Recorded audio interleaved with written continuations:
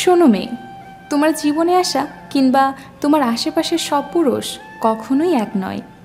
তাদের চিনতে শেখো কে তোমায় কিভাবে আর কোন নজরে দেখে। চলতি পথে যখন তোমার বুকের ওড়নাটা একপাশে চলে যায়, তখন খেয়াল করে দেখবে কিছু পুরুষ কেমন লোভনীয় নজরে তাকিয়ে আছে তোমার বুকের দিকে।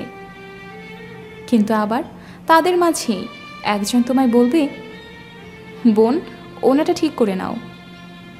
আবার কখনো কখনো ভিড়ের মধ্যেই তুমি ফিল করবে তোমার গা ঘেঁষে একটা পুরুষ বারবার তোমাকে স্পর্শ করার চেষ্টা করছে, আর তা খেয়াল করে আরেকটি পুরুষ তোমাকে তার হাত থেকে রক্ষা করবে।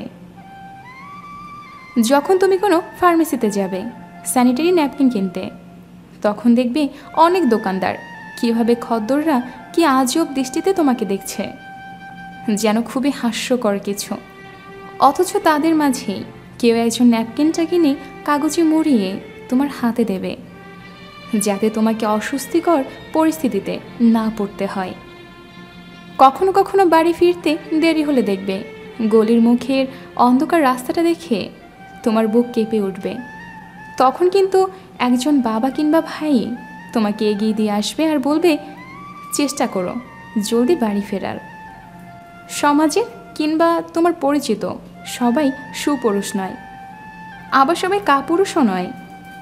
পুরুষ জাত হচ্ছে এমন জাত যেখানে কেউ পরম যত্নে নারীকে আগলে রাখে, আবার তাদেরই মাঝে কেউ নারীকে খুবলে খাওয়ার চেষ্টা করে।